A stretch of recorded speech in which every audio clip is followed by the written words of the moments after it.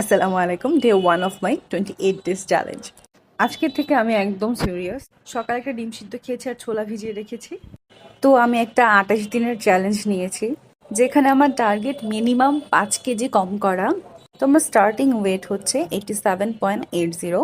Around 82-81 হলে enough আমার জন্য। জিমে আমার সাথে আপুরা আমাকে অনেক এনকারেজ করে, বলতেছে জাস্ট একটা বার ট্রাই করে দেখো, ইউ ক্যান। অফিসে আসার পর 1 কাপ চা খেলাম। একটা কাপ চা ছাড়া কিন্তু আসলে এনার্জি পাই না।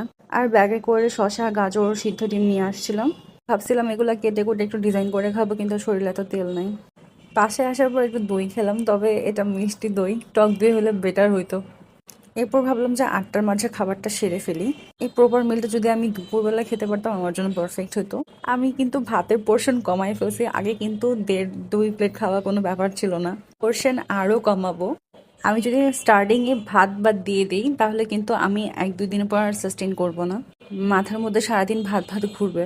তাই এখন 2 বেলার জায়গায় 1 বেলা খাবো আর পোর্শনটা ডে বাই ডে একটু কমিয়ে দিব।